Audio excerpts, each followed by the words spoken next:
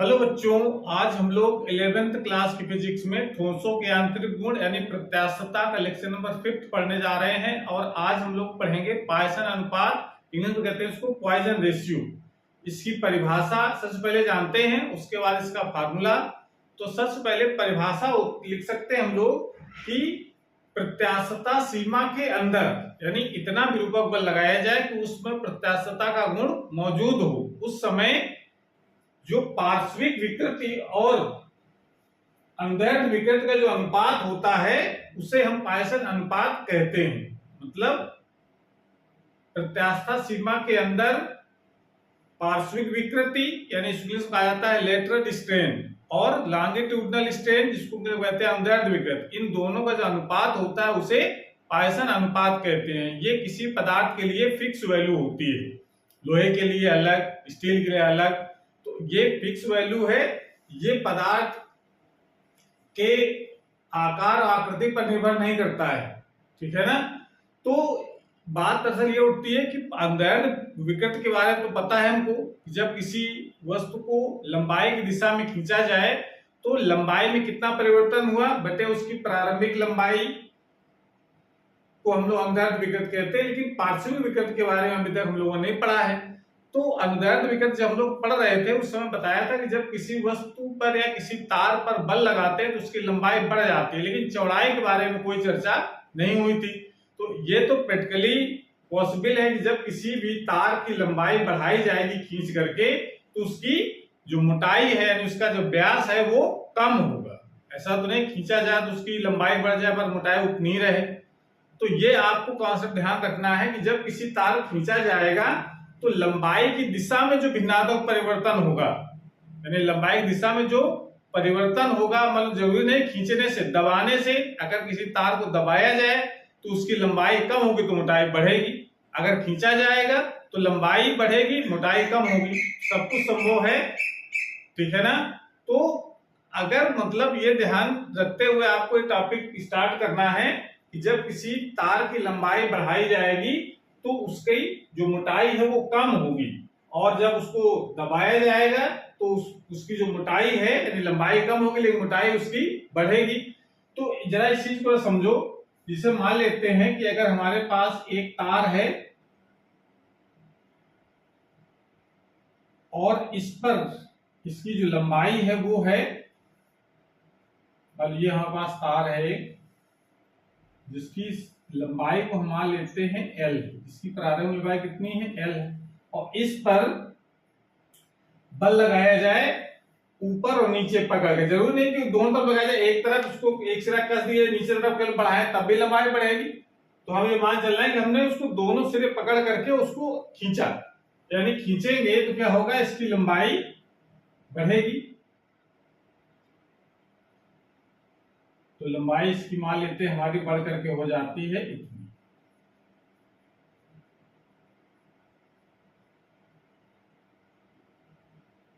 लंबाई हमने इसकी बढ़ा करके इतनी कर दी, बल हमने इधर कितना लगाया है F, और नीचे की तरफ भी F बल लगाया है।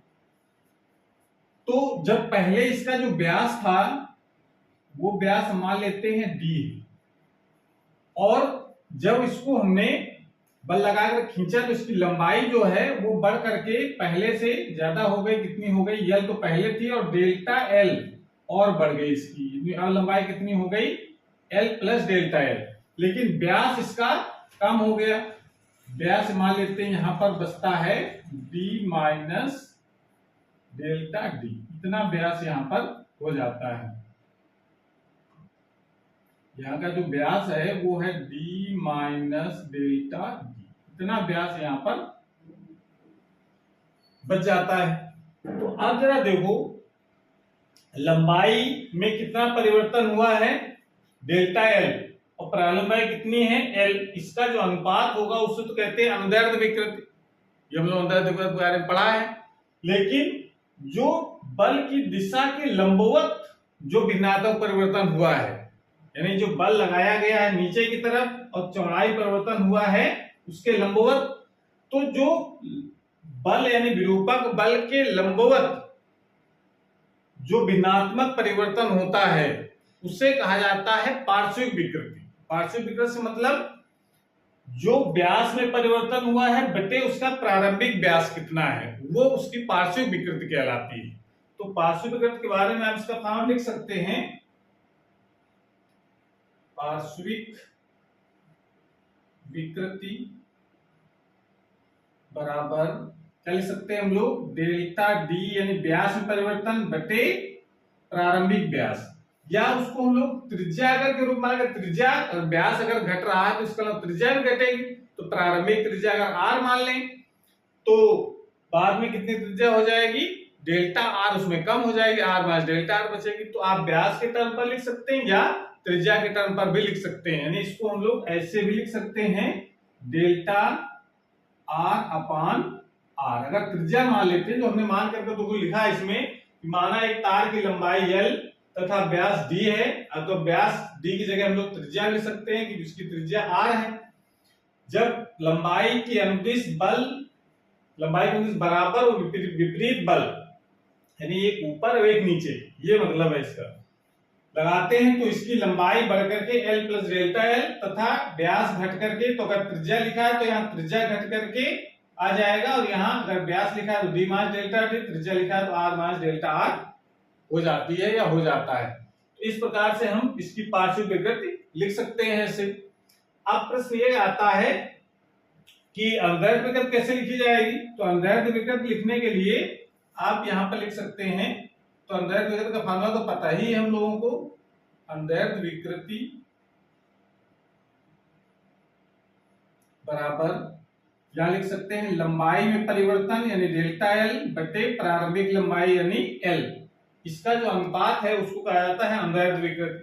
तो इस प्रकार से अगर एग्जाम में ये अगर स्पेशली पूछ लिया जाए कि पार्श्विक विकृति कैसे कहते हैं, तो आप क्या लिखोगे। पार्श्विक विकृति का मतलब जब किसी तार में लंबाई की दिशा में बल लगाया जाए तो बल की दिशा के लंबवत होने वाले भिन्नात्मक परिवर्तन को पार्श्विक विकृति कहते हैं।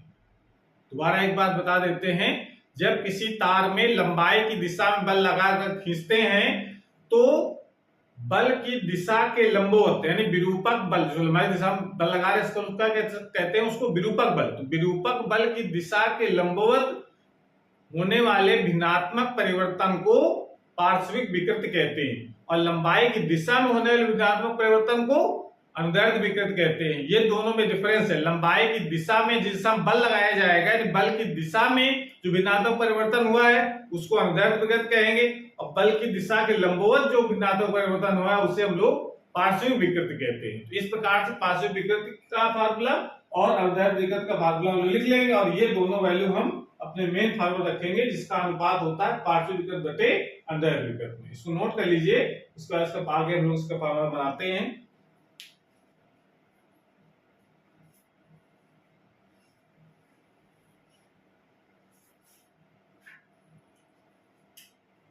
तो पॉइसन अनुपात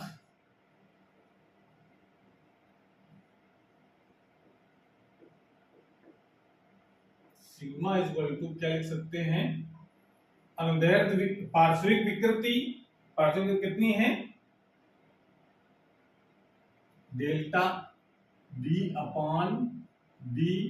अपान लॉन्गिट्यूडनल स्ट्रेन कितना है, डेल्टा एल अपान एल। इसको जब सॉल्व करेंगे तो लिख सकते हैं delta D upon D into delta L upon delta, sorry L upon delta, ऐसे लिख सकते हैं ऐसे, या इसको अरेंज करके लिखो तो इसको लिखा जा सकता है delta d upon delta L into L upon D. ये फार्मूला आप इसको याद रख सकते हैं। अगर त्रिज्या के टर्म पर लिखना है तो यदि तार की त्रिज्या स्मॉल आर है तो d इक्वल टू हम लोग लिख सकते हैं 2r, इस जगह 2r लगा सकते हैं हम लोग, त्रिज्या मान सकते हैं। तो ये वैल्यू अगर यहाँ रख दिया जाए तो सिग्मा का मान कितना हो जाएगा, यहाँ d जगह 2r तो 2 और यहाँ पर भी 2r रखोगे, 2 से 2 कैंसिल हो जाएगा, delta r upon delta l into l upon r। ये फार्मूला आप बना सकते हैं। क्लियर हुआ? इस प्रकार से ये इसका फार्मूला हम लोग याद रख सकते हैं, और याद रखने की जरूरत नहीं, केवल आप डेफिनेशन याद रखो। पार्श्विक विकृत तथा अनुदैर्ध्य विकृत के अनुपात को पायसन अनुपात कहते हैं। बस सिंपल सी परिभाषा ये। अब चूंकि देखिए, क्या पार्श्विक अनुपात पार्श्विक विकृत का कोई मात्रक होगा कोई? भाई delta d upon d, metre upon metre, या त्रिज्या में परिवर्तन बैठे प्रारंभिक त्रिज्या लिखा गया है तो इसमें भी मीटर अपॉन मीटर कैंसिल, यानी पार्श्विक विकृति का कोई मात्रक नहीं होता है और अनुदैर्ध्य विकृत का भी कोई मात्रक नहीं होता है। तो इसका मतलब है कि चूंकि दोनों राशियां ऐसी मात्रक विहीन है जिनका अनुपात पायसन अनुपात कहलाता है, इसका मतलब पायसन अनुपात का भी कोई मात्रक नहीं होता है। इसका लिख सकते हैं पायसन अनुपात का कोई मात्रक नहीं होता है, नहीं होता है। यह एक विमाहीन राशि होती है। इसकी कोई विमा भी नहीं होती है, ना कोई इसका कोई मात्रक होता है। लेकिन ये सभी पदार्थों के लिए कांस्टेंट नहीं होता, लेकिन किसी एक पदार्थ के लिए इसकी फिक्स वैल्यू होती है। ठीक है ना? जो भी पदार्थ हम यूज करते हैं उस पदार्थ के लिए फिक्स, पदार्थ बदल जाएगा तो जो पायसन अनुपात है वो भी बदल जाता है। समझ में आ रहा है? इस प्रकार से ये हम लोग पायसन अनुपात का टॉपिक हमारा यहीं पर समाप्त हो जाता है। तो आज की पढ़ाई यहीं पर समाप्त करते हैं। अगली क्लास में हम लोग एक नए टॉपिक के साथ आएंगे। तब तक पढ़ाई करते रहिए। Thank you.